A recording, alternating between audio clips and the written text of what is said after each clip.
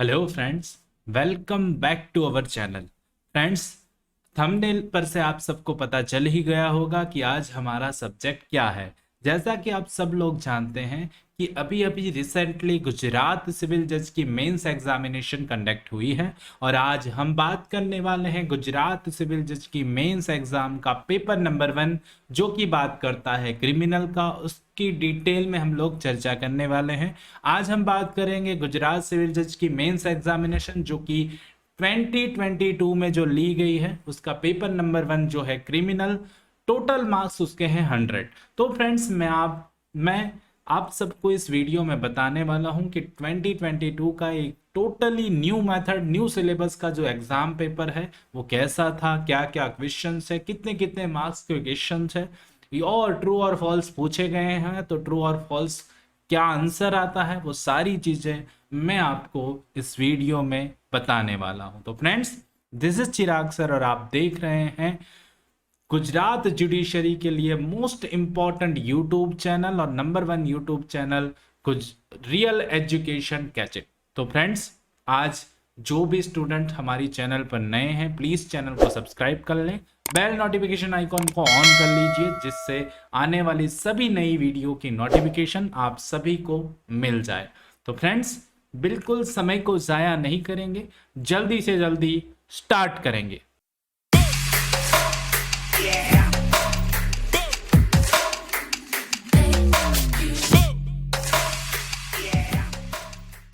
तो फ्रेंड्स, आज हम बात करने वाले हैं गुजरात सिविल जज के मेंस एग्जामिनेशन के बारे में और मेंस एग्जामिनेशन का पेपर नंबर 1 जो था क्रिमिनल 2022 लेटेस्ट। हम जो बात कर रहे हैं 31 जुलाई 2022 को जो एग्जाम कंडक्ट हुई थी, उसका पेपर लेके आया हूं मैं, उसका पेपर सॉल्व करने वाला हूं। साथ साथ में आपको बताने वाला हूं कि कैसे कैसे क्वेश्चंस पूछे गए थे। यस फ्रेंड्स, थंबनेल पर से आपको आइडिया आ गया होगा कि जो भी यहां से रियल एजुकेशन टीम ने जो भी मोस्ट इंपॉर्टेंट क्वेश्चन कंसीडर किए थे, उसमें से 70% 70 to 75% जो है क्वेश्चंस पूछे गए हैं। तो फ्रेंड्स, यहां से जो भी कुछ बताया जाता है बहुत ही इंपॉर्टेंट होता है आप सभी के लिए। अब हम आते हैं अपने सब्जेक्ट पर। आज जो हम बात करने वाले हैं पेपर नंबर 1 क्रिमिनल पेपर की। मैं बात करने वाला हूँ क्रिमिनल पेपर गुजरात सिविल जज मेंस एग्जाम के बारे में। टोटल मार्क्स थे 100। अब की बार पैटर्न चेंज हुआ था, तो 100 मार्क्स का पेपर था। 3 आवर्स हमको टाइम मिला था। यहाँ पे नोट दी गई है, आंसर टू क्वेश्चंस में बी गिवन इधर इन इंग्लिश और गुजराती, जैसा कि पहले भी था। इंग्लिश या गुजराती में लिख सकते हैं, इफ नॉट इंस्ट्रक्टेड अदरवाइज। अगर इंस्ट्रक्शन नहीं है तो आप इंग्लिश या गुजराती में आंसर लिख सकते हैं। If more questions are attempted than required, the best combination of the answers shall be taken into consideration. अगर एक से ज्यादा आप अटेम्प्ट करते हैं, रिक्वायरमेंट एक से ज्यादा अधिक की नहीं है और आप अटेम्प्ट कर लेते हैं, तो जिसका भी कॉम्बिनेशन ऑफ आंसर सबसे अच्छा होगा वही कंसिडरेशन में लिया जाएगा। Please answer the questions bearing in mind the weightage of marks allotted to the question. कि जिस हिसाब से क्वेश्चन के मार्क्स है उसी हिसाब से आपको आंसर राइट करना है। 3 नोट दे दिए गए हैं, इस हिसाब से हमको आगे बढ़ना है। तो फ्रेंड्स, अब बात करते हैं क्वेश्चन नंबर 1 की। तो क्वेश्चन नंबर 1 है answer the following any 5। 25 mark का जो क्वेश्चन नंबर 1 बना है, मतलब कि यहां पर ये बताना चाह रहे हैं 5 क्वेश्चन लिखने हैं, 7 दिए गए हैं, एक क्वेश्चन के मार्क्स है 5 मार्क्स का एक क्वेश्चन यहां पर पूछा गया है। चलिए अब देखते हैं क्या पूछा गया है। सबसे पहले पूछा गया था difference between cognizable offence and non cognizable offence. तो कॉग्निजेबल ऑफेंस और नॉन कॉग्निजेबल का ऑफेंस में क्या डिफरेंस है, मैंने इंपॉर्टेंट क्वेश्चन में बताया ही था। तो कॉग्निजेबल ऑफेंस और नॉन कॉग्निजेबल ऑफेंस की बात हो तो क्या क्या डिफरेंस है, वो सबसे पहले पूछा गया है। त्यारबाद उसके बाद पूछा गया है difference between inquiry and trial. Inquiry और ट्रायल में क्या क्या डिफरेंस है वो बताने हैं, वो भी 5 मार्क्स का क्वेश्चन बन जाता है। 3 में बात है difference between common intention and common object. तो आईपीसी में से क्वेश्चन है, जैसा कि मैंने मोस्ट इंपॉर्टेंट में बताया गया था, डिफरेंस पूछे जाते ही हैं। आईपीसी में से डायरेक्टली एक क्वेश्चन पूछा गया है, कॉमन इंटेंशन और कॉमन ऑब्जेक्ट का डिफरेंस क्या है। 4 नंबर बात करते हैं offences by companies under the negotiable instrument act. मैंने ये भी मोस्ट इंपॉर्टेंट कंसीडर किया था, वहां से भी पूछा गया है नेगोशिएबल इंस्ट्रूमेंट का एक्ट, कंपनी के ऑफेंसेस क्या है एनआई एक्ट के तहत, तो वो भी क्वेश्चन 5 मार्क्स का पूछा गया है यहाँ से, वो भी इंपॉर्टेंट है। Provision of bail as contain in section 437 CrPC, ये तो बहुत ही इंपॉर्टेंट है, पहले भी मैं बता चुका हूं, वही लिखना था 5 मार्क्स में। Difference between direct evidence and hearsay evidence, ये एविडेंस एक्ट में से क्वेश्चन था, डिफरेंस बताना था, डायरेक्ट एविडेंस क्या है और हियरसे एविडेंस क्या है। देन क्वेश्चन नंबर 7 था power of court to release certain offender on probation of good conduct. Good conduct के प्रोबेशन पर कुछ एक्यूज को छोड़ा जा, ऑफेंडर्स को छोड़ा जा सकता है, प्रोबेशन ऑफ ऑफेंडर्स एक्ट में थे, क्वेश्चन था 5 मार्क्स का। तो फ्रेंड्स यहाँ पर 5 लिखने थे, 7 क्वेश्चन पूछे गए थे, 2 ऑप्शन में मिल जाते हैं, तो अच्छे से अच्छे क्वेश्चन 5 मार्क्स के क्वेश्चन लिखने हैं। तो फ्रेंड्स जिन लोगों ने अभी तक आंसर राइटिंग पे हमने वीडियो बनाया हुआ है, आंसर राइटिंग में जिन लोगों ने वीडियो नहीं देखा है, आई बटन पर क्लिक करिए करके आप मेंस के बारे में, आंसर राइटिंग कैसे करनी है उसके बारे में मैंने वीडियो बनाया हुआ है, आप वो देख सकते हैं, समझ सकते हैं आंसर राइटिंग कैसे करनी है। तो फ्रेंड्स ये हो गया क्वेश्चन नंबर 1, कैसे कैसे पूछा गया है मैंने आपको डिटेल में बता दिया है। उसके बाद क्वेश्चन नंबर 2 था जो कि था 15 मार्क्स का, 15 मार्क का क्वेश्चन नंबर 2 था, और 15 मार्क का क्वेश्चन नंबर 2 था जिसमें 3 क्वेश्चन पूछे गए हैं, मतलब ये भी 5 मार्क्स का एक क्वेश्चन है। यहां पर समझाना है, सबसे पहले क्वेश्चन था इसमें, क्वेश्चन नंबर 2 में सबसे पहला था ग्रीवियस हर्ट। ग्रीवियस हर्ट का आपको समझाना है, शॉर्ट फॉर्म में, शॉर्ट नोट में, नोट के हिसाब से भी लिखना है, 5 मार्क्स का क्वेश्चन है तो आपको वहां पर से मिल जाता है, ये भी मोस्ट इंपॉर्टेंट मैंने कंसिडर किया हुआ था।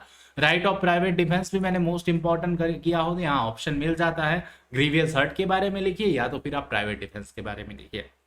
उसके बाद क्वेश्चन नंबर 2 में उसी में था समरी ट्रायल और या लिखना था चार्ज भी लिख सकते हैं या समरी ट्रायल भी, दोनों क्वेश्चन मैंने भी मोस्ट इंपॉर्टेंट कंसीडर किए थे तब भी और अभी भी मैं बता रहा हूं कि ये चीजें बहुत इंपॉर्टेंट, या तो आप समरी ट्रायल पे 5 मार्क्स पे लिख दीजिए या तो चार्ज पे लिख दीजिए।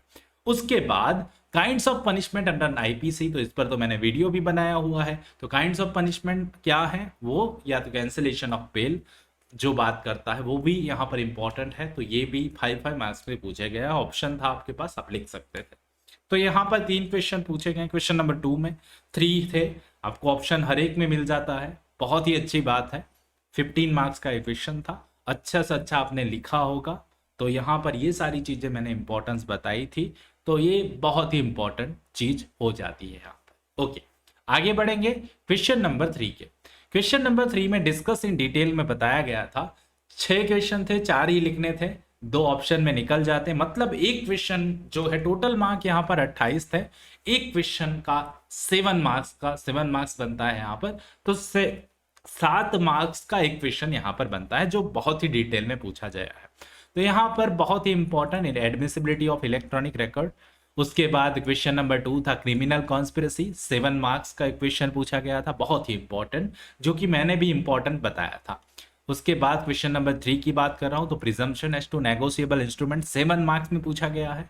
उसके बाद law on discharge of an accused, 5 में order that can be pass by board regarding child found to be in conflict with law, और 6 में है maintenance of wife children and parents, जो कि मैंने बहुत ही इंपॉर्टेंट बताया था। तो यहाँ पर बहुत ही डिटेल में क्वेश्चन पूछे गए हैं, 7 मार्क का एक क्वेश्चन है, 2 आपको ऑप्शन में मिल जाएंगे, 4 ही आपको लिखने थे जो कि आप बहुत ही अच्छे से लिख सकते थे। बहुत ही कॉमन क्वेश्चन पूछे गए, ऐसा कोई क्वेश्चन नहीं है कि जो कि बहुत ही हार्ड लगे, तो कॉमन क्वेश्चन है, पूछे जाते हैं, तो बहुत ही अच्छा पेपर यहाँ पर क्वेश्चन नंबर 3 तो बहुत ही अच्छा माना जाएगा। तो I hope so question number 3 आपका क्लियर है यहाँ पर। उसके बाद आता है क्वेश्चन नंबर 4। अभी तक जो ऐसे है वो सिर्फ सिविल पेपर में ही आता था, लेकिन अब की बार 12 मार्क का ऐसे जो है वो क्रिमिनल पेपर में भी पूछा गया है। तो ये भी बहुत अच्छी बात है कि 12 मार्क का ऐसे है तो आप अच्छा स्कोर कर सकते हैं। वहां पर इंग्लिश में ही लिखना था, कोई भी एक लिखना था, उसमें सबसे पहले था rights of the arrested person, क्या राइट्स हैं, आप जजमेंट भी लिख सकते हैं, इसके ऊपर बहुत डिटेल में लिख सकते हैं। उसके बाद विक्टिम कंपनसेशन स्कीम नई स्टार्ट हुई है, उसके ऊपर भी ये ऐसे लिखना था। तो कोई भी एक के ऊपर लिखना था जो कि आपको 12 मार्क्स क्या थे, हम मान के चले 8-9 मार्क्स अच्छे से लिखा होगा तो आपको दिला सकता है। तो बहुत ही अच्छी चीज क्वेश्चन नंबर 4 ऐसे ऐड हुआ है क्रिमिनल में, तो ये बहुत ही मुझे अच्छी चीज लगी है कि स्कोर करना है तो ये चीज आपको बहुत ही अच्छी मिल जाएगी यहाँ पर, ठीक है। तो ये चीज बहुत ही सिंपल है, समझ गए होंगे आप, तो यहाँ पर ऐसे भी इंपॉर्टेंट बन जाता है। उसके बाद आते हैं क्वेश्चन नंबर 5 पर। क्वेश्चन नंबर 5 की बात करें तो यहाँ पूछा गया है state whether the given statements are true और फॉल्स। नीचे 5 क्वेश्चन, कोई भी 5 करने थे, 6 पूछे गए हैं और वो ट्रू और फॉल्स है वही बताना है आपको, वही बता देना है। 1 के 2 मार्क्स के, मतलब यहाँ पर आपको अगर आपको आ जाते हैं 5 तो आपको 10 मार्क्स मिल जाएंगे डायरेक्टली। अगर ट्रू और फॉल्स आप कर देते हैं सही से तो आपको 10 मार्क्स मिलने वाले हैं। तो बहुत ही अच्छी चीज ये भी मुझे लगी यहाँ पर, पहले भी पूछे जाते थे अब भी पूछे गए हैं, तो यहाँ पर ट्रू और फॉल्स पूछे गए हैं, तो वो बहुत ही अच्छी बात है। अब हम देखते हैं ट्रू और फॉल्स के बारे में क्या पूछा गया है, और ये ट्रू है या फॉल्स है मैं आपको यहीं पर बता दूंगा। क्वेश्चन नंबर 5 में फर्स्ट है, section number 82 of IPC provides that nothing is an offense which is done by a child under 14 years of age। तो फ्रेंड्स ये जो स्टेटमेंट है गलत है। क्यों ये फॉल्स है? क्योंकि यहाँ पर एज जो है अंडर 7 इयर्स है, हम जानते हैं 82 में बताया गया है। ठीक है, तो पहला जो स्टेटमेंट है वो फॉल्स हो जाएगा। उसके बाद हम लोग आते हैं सेकंड पे। एज पर section 139 of the negotiable instrument act, it shall be presume unless the contrary is proved that the holder of a cheque received the cheque of the nature referred in section 138 for the discharge in whole or in part of any debt or other liability. तो friends हम अगर 139 read करते हैं तो बिल्कुल यही चीज दी गई है, इसीलिए यहां पर सेकंड नंबर का जो स्टेटमेंट है वो ट्रू है, ये स्टेटमेंट ट्रू है। ओके, अब थर्ड नंबर का स्टेटमेंट की बात करूं तो section number 165 of the Indian evidence act provides for just power to put questions और ऑर्डर प्रोडक्शन। तो फ्रेंड्स अगर हम 165 रीड करते हैं तो ये चीज सही है, जज के पास ये पावर है कि वो क्वेश्चंस रख सकते हैं और प्रोडक्शन भी मांग सकते हैं। तो ये चीज भी यहाँ पर थर्ड नंबर का स्टेटमेंट जो है वो भी ट्रू है। ओके, ये भी ट्रू है, ये भी ट्रू है, और ये जो है वो फॉल्स बन जाएगा पहला वाला। ओके, 4 की बात करूं तो section number 15 subsection 2 of CRPC provides that the chief judicial magistrate में from time to time make rules or give special orders consistent with the code as to the distribution of a business among the judicial magistrate subordinate to him। तो friends अगर 15(2) अगर आप पढ़ोगे तो आपको पता चल जाएगा कि ये बिल्कुल सही बात है, इसीलिए ये जो स्टेटमेंट है सही है, ट्रू है। इसके बाद आते हैं 5 नंबर पर। 5 नंबर बात करता है, as per the information technology act cyber cafe means any facility from where access to the internet is offered by qualified person in the designated business to the members of the public. तो friends अगर हम IT act पढ़ेंगे तो वहां पर बताया गया है नॉट क्वालिफाइड पर्सन, वहां पर एनी पर्सन दिया गया है। क्या दिया गया है? एनी पर्सन, सिर्फ क्वालिफाइड पर्सन ही नहीं, कोई भी व्यक्ति। इसीलिए ये जो स्टेटमेंट है वो फॉल्स है, 5 नंबर जो है वो फॉल्स है।